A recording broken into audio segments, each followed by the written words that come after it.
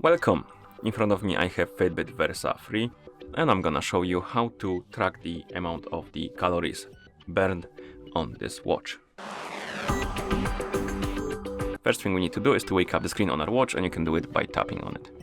Once you wake up the screen, you can check the amount of calories burned in a couple of ways. The first way is to do it on the watch face, because some of the watch faces display that information. For example, this one, and we have the amount of calories burned right here.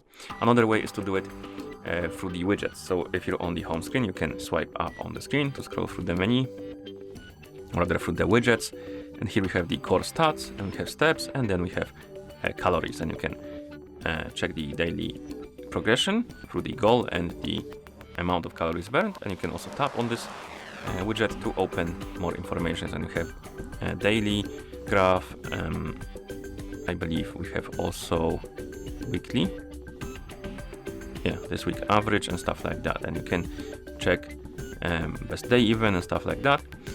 Another way to do it is to do it in the phone application if your watch is paired with a phone. So we can move this to the side, bring the phone that is paired with our watch, and zoom out the camera so you can see the whole screen of the phone. Okay, and on the phone that is paired with our watch, we can open the Fitbit application.